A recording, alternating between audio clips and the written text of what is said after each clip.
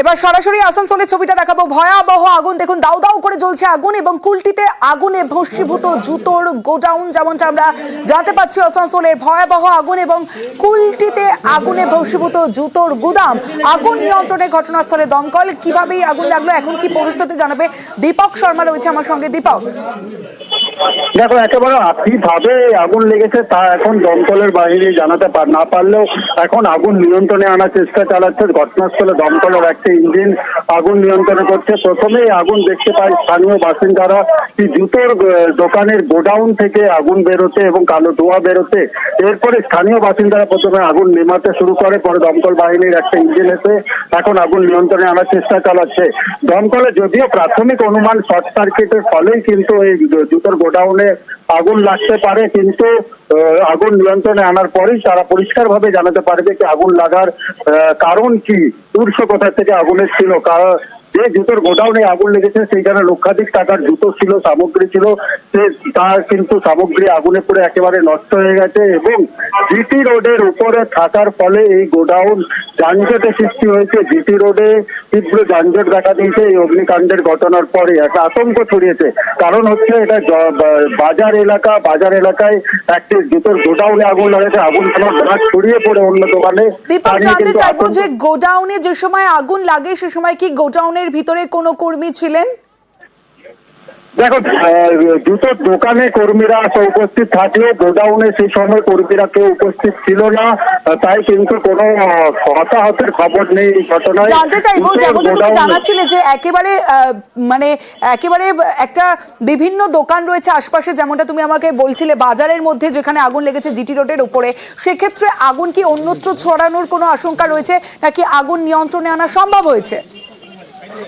যেমন তোমাকে বললাম, এই অগ্নিকাণ্ডের ঘটনা সামনে আসার পরে স্থানীয় বাসিন্দারা যেভাবে আগুন নিয়ন্ত্রণে আনার চেষ্টা চালাচ্ছিল, তাদের একটা আতঙ্ক ছিল যে এই যে গোডাউনে অগ্নিকাণ্ডের ঘটনা ঘটেছে, এই অগ্নিকাণ্ডের ঘটনাতে আশেপাশে দোকানে আগুন না ছড়িয়ে যায়।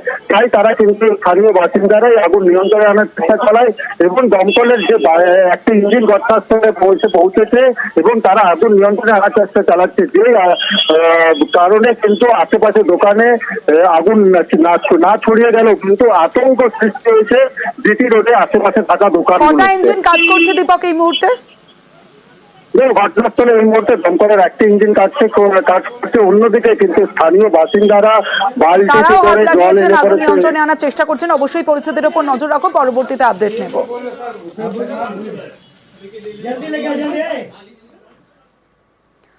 জলের অপর নাম জীবন, কিন্তু সেই জলই পান না। বাড়ি বাড়ি কল আছে কিন্তু জল পড়ে না, তাই জলের দাবিতে এভাবেই বিক্ষোভ দেখাচ্ছেন তুফানগঞ্জের মানুষজন।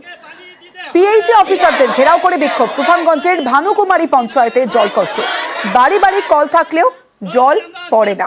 খবরের পর পরিদর্শনে পিএইচই আধিকারিকদের গাড়ি আটকে বিক্ষোভ দেখান এলাকার মানুষজন।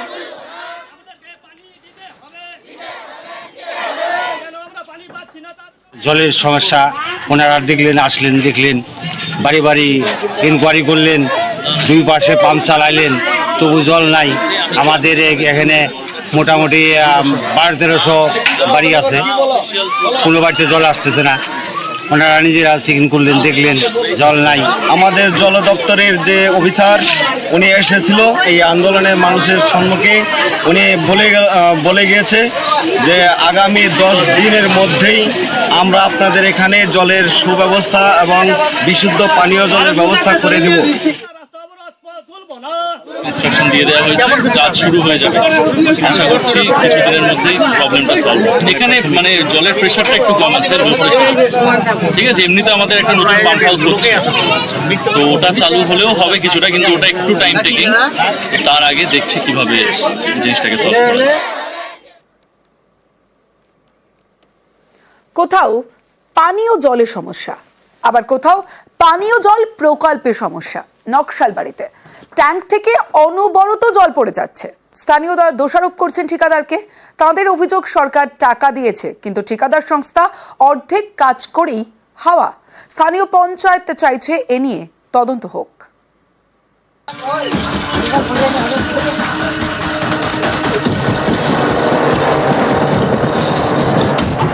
নকশালবাড়িতে সৌরচালিত পানীয় জলের প্রকল্প 3 মাস আগে এই প্রকল্পের কাজ শেষ হয়। এর সপ্তাহখানেক পর থেকেই সমস্যা শুরু। ট্যাঙ্ক থেকে অনবরত পড়ে যাচ্ছে জল।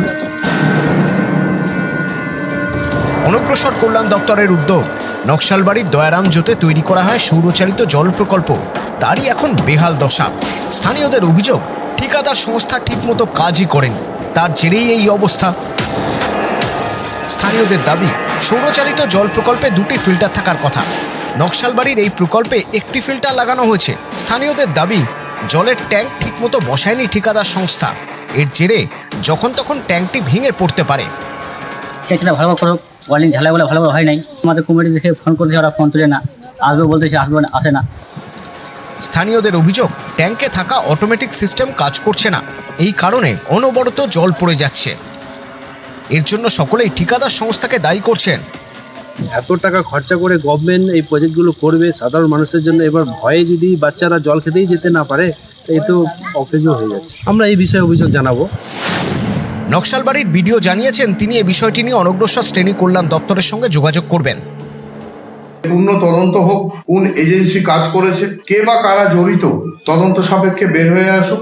গভর্নমেন্টের টাকার অপচয় আমরা কোনোভাবে বরদাস্ত করব না। নকশালবাড়ি থেকে বিশ্বজিৎ মিশ্র, নিউজ 18 বাংলা।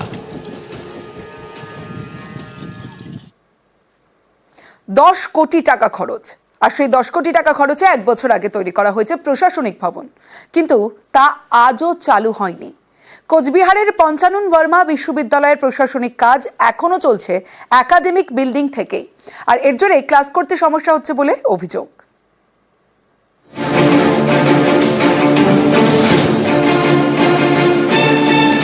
কোচবিহার শহরে পঞ্চানন বর্মা বিশ্ববিদ্যালয়, এখানে তৈরি করা হয়েছে নতুন প্রশাসনিক ভবন, কিন্তু 1 বছর পরেও তা চালু হয়নি। 2012 থেকে পঞ্চানন বর্মা বিশ্ববিদ্যালয়ের পথ চলা শুরু থেকে একটাই বিল্ডিং, সেখানেই পড়াশোনা আর প্রশাসনিক কাজ।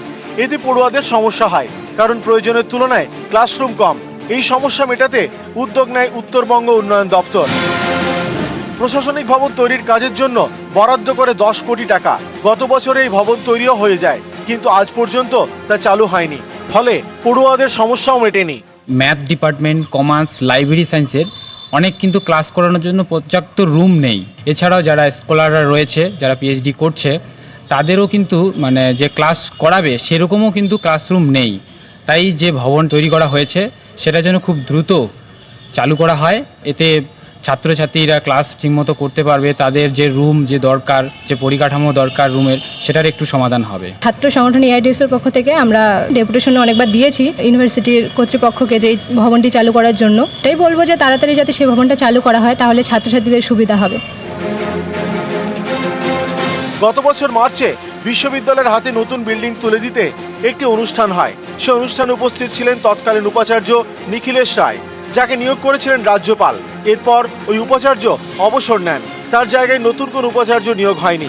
অভিযোগ, এর জেরে প্রশাসনিক ভবনটিকে আজও বিশ্ববিদ্যালয় কর্তৃপক্ষের হাতে তুলে দেওয়া যায়নি।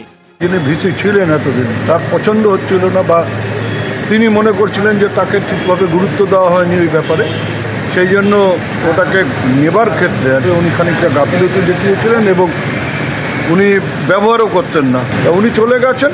আমি রেজিস্ট্রারের সাথে কথা বলে যাতে ওটাকে ইমিডিয়েট ওরা নেয়, নিয়ে ব্যবহার করে, সেটা দেখছি।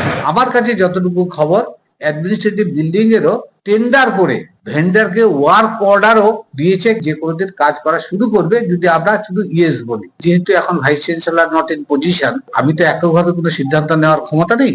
সেই জায়গাটাতে আমি সমস্ত যারা হেড অফ দি ডিপার্টমেন্ট আছেন, অফিসাররা, তাদের সবার সঙ্গে বসবো, টিম ওয়ার্ক করে আমরা এগোনোর চেষ্টা করব। কোচবিহার থেকে শুভঙ্কর সাহা, নিউজ 18 বাংলা।